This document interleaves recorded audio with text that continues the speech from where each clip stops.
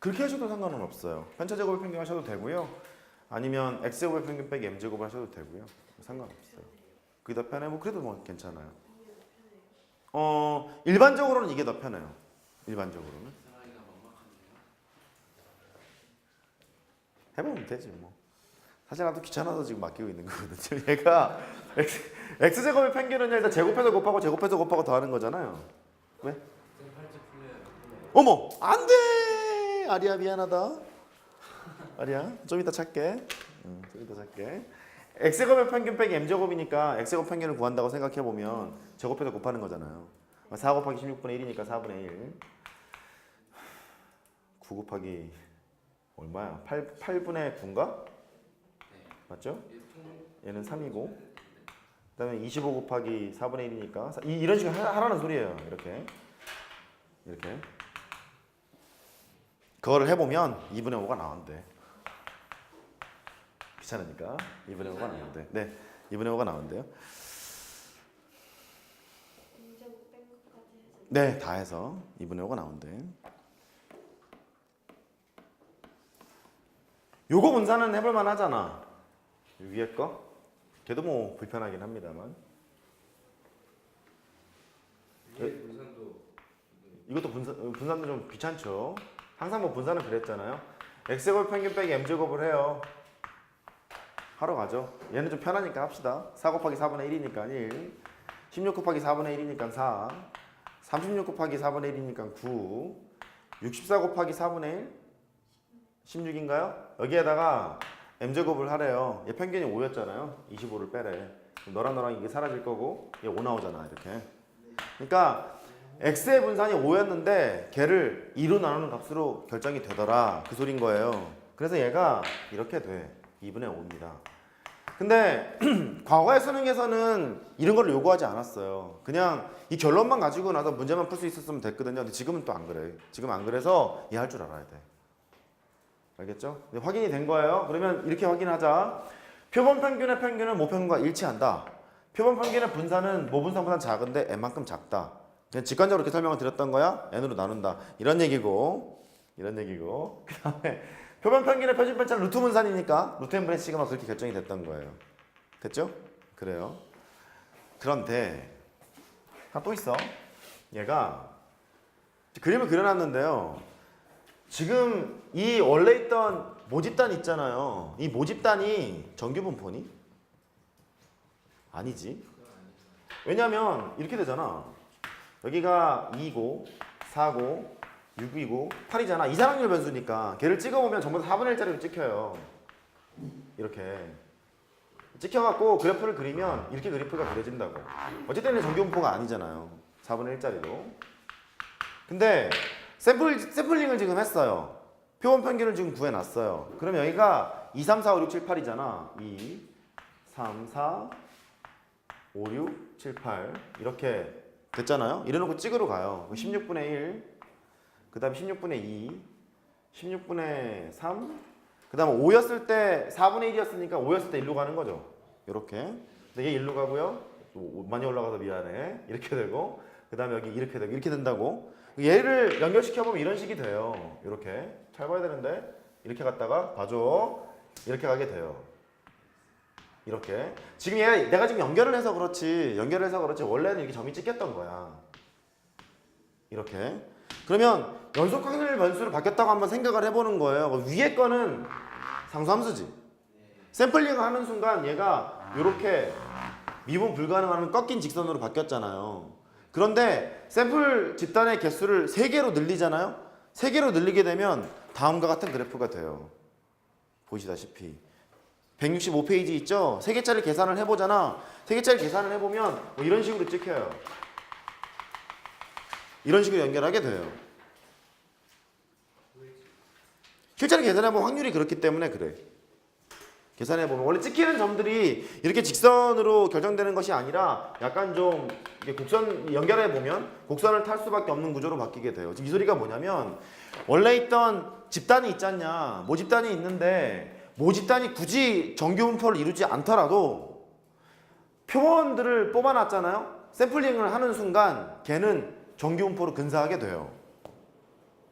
모집단이 정규분포가 아니더라도 표본 평균들은 정규분포로 근사하게 된다고. n값이 커지면 커질수록.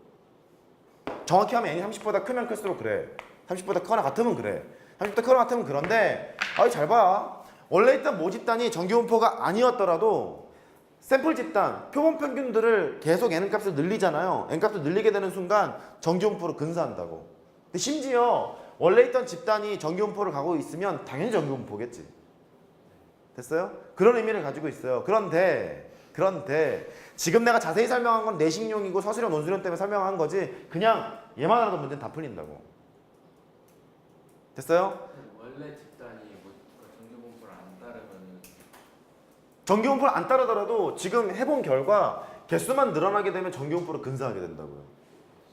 네, 그렇게 된다고요. 그러니까 심지어 정규분포를 따르고 있으면 당연히 근사하겠겠죠. 나도 됐죠? 뭐 그런 거거든요. 그래서 이런 이론들을 바탕으로 할 텐데 가장 좀 조심해야 될 건 뭐냐면 표본 분산을 구할 때 n으로 나누는 게 아니라 n-1로 나눈다 정도는 기억하자고. 됐어요? 그 정도는 기억하자고. 그러면 그 이론을 바탕으로 해서 이제 문제를 풀러 가요. 169페이지로 갈 텐데 하기 전에 최종 정리 반대도 한번 해볼까요? 반대도 한번 해보죠. 설명하고 할게요. 3번 하나 더 하자. 이번엔 추정하러 갑시다.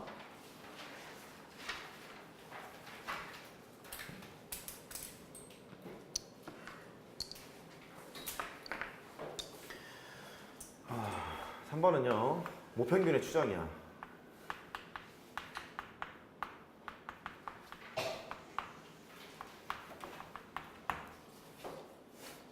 이거는 이제 뭐냐면 아까는 모집단에 있는 평균과 분산을 알았을 때 샘플링을 통했던 그런 이미 추출을 했잖아요. 그 샘플 집단이 뭐 한 개가 있을 수도 있고 이미 추출을 했잖아. 두 개가 있을 수도 있고 여러 개가 있을 수도 있다 그렇게 얘기했던 것 같아. 여러 개가 있기 때문에 표본 평균의 평균 이런 얘기를 하지 않았겠어요? 물론 한 개짜리도 평균을 계산할 수 있습니다만 보편적으로는 두 개 이상이 돼야 평균을 구하는 거잖아요. 이해됐죠? 근데 지금은 뭐 하는 거냐면 여러 개를 뽑지 않고요.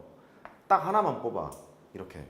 하나만 뽑아서 여기에 있는 모집단의 평균이나 분산을 추정하고 싶은 거야. 이걸 일상생활에 많이 쓰겠지. 이런 거예요.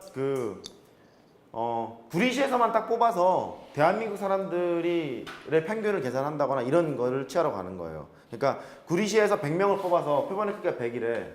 100명의 수학 점수를 낸 다음에 원래 있는 모평균이랑 모분산 같은 걸 추정하고 싶은 거예요. 나도 됐죠? 추정하고 싶은 거예요. 그걸 하러 갈 텐데 반대로 가는 거예요. 이렇게. 걔는 이렇게 된다. 표본 평균을 가지고 모평균을 추정하러 가. 이렇게. 여기를 추정하러 가. 그러면 알 수 있는 사실은 이런 거예요. 쉬운 설명을 먼저 하고 엄밀한 설명을 좀 나중에 할게. 아까 얘기하기를 표본 평균에 여러 개가 있었을 때 평균은 모평균과 같다는 걸 확인을 했잖아. 그쵸? 얘는 지금 뭐냐면 이미 추출로 여러 개를 뽑았을 때 평균 낸 값이 모평균과 같다는 걸 보인 거거든요. 지금은 뭐냐면 이거 하나만 가지고 할 거지. 이 하나만 가지고 할 거지. 그러면 표본 평균 요 하나가 모평균이랑 일치하진 않을 거 아니야. 다를 거잖아. 다를 거라서 이 표본 평균 하나를 가지고 모평균을 추정하고 싶은 거야. 어디부터 어디 사이에 있을 거다라고 추정하고 싶은 거야. 추정하고 싶은데 이때 이만큼의 구간을 실내 구간이라고 부르고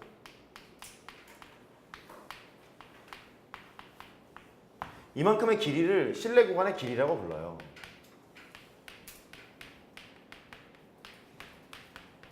실내 구간을 잡을 때는 표본 평균이 있잖아. 거리가 같도록 잡는 것이 대학을 가서도 그렇게 배워요. 거리가 같도록 잡아요. 거리가 같도록 잡기 때문에 이렇게 되겠죠 뭐. x바에다가 무언가 더해진 것보다는 작거나 같고 폐구간이라는 소리야. x바가 있는데 무언가를 뺀 것보다는 크거나 같다. 이렇게 결정이 될 거라고. 여기까지 됐어요? 그렇게 결정이 되는데 그 값이 기억나? k배 루트 n분의 시그마로 결정이 됐고 그렇구나. 그쵸? 얘가 k배 루트 n분의 시그마라고 결정이 됐었어요. k배 루트 n분의 시그마. 이렇게. 이때 여기에 있는 K가 뭐였냐면 그래요. 1.96이랑 2.58 이런 게 기억나죠? 맞아요. 신뢰도에 따라 정해지는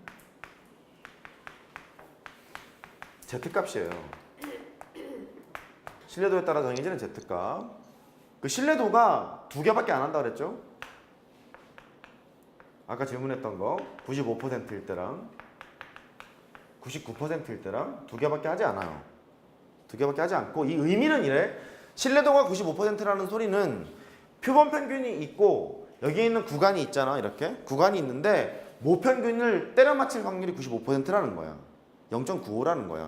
믿을 수 있는 구간, 신뢰할 수 있는 구간 95%, 0.95. 그러니까 그것도 좀 이따 봐봐봐. 얘가 5% 정도는 미스가 날 수 있다는 소리지. 괜찮아요? 5% 정도는 미스가 날 수 있다는 소리예요. 그러니까 이런 거예요. X바를 실컷 뽑았어. 표본 평균을 계산을 해봤는데 걔가 이렇게 돼 있으면은 이 안에 들어간 거잖아. 근데 걔가 이렇게 돼 있으면은 벗어날 수도 있다는 소리야. 이렇게 벗어날 수 있다는 소리야. 그러니까 얘는 표본 평균을 가지고 모평균을 추정을 할 때 모평균과 근사할 확률이 95%는 오구나. 이렇게 정리하시면 돼요. 이렇게. 얘는 미스날 확률이 몇 %야? 1%야. 1%야. 그럼 두 번째 질문. 95%일 때랑 99%일 때랑 신뢰 구간이 95가 이렇게 있대요.